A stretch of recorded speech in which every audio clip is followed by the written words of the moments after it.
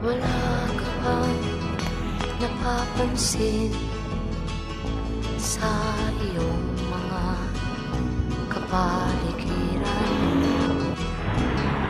Kay dumi na ng hangin, pati na ang mga ilog natin. Hindi na masamang pag-unlad at malayo-layo na rin ang ating narating.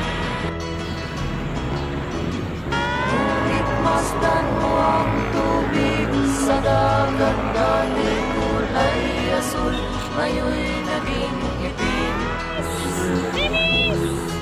Ang mga duming ating kinalat sa hangin, sa langit, huwag na nating maabutin.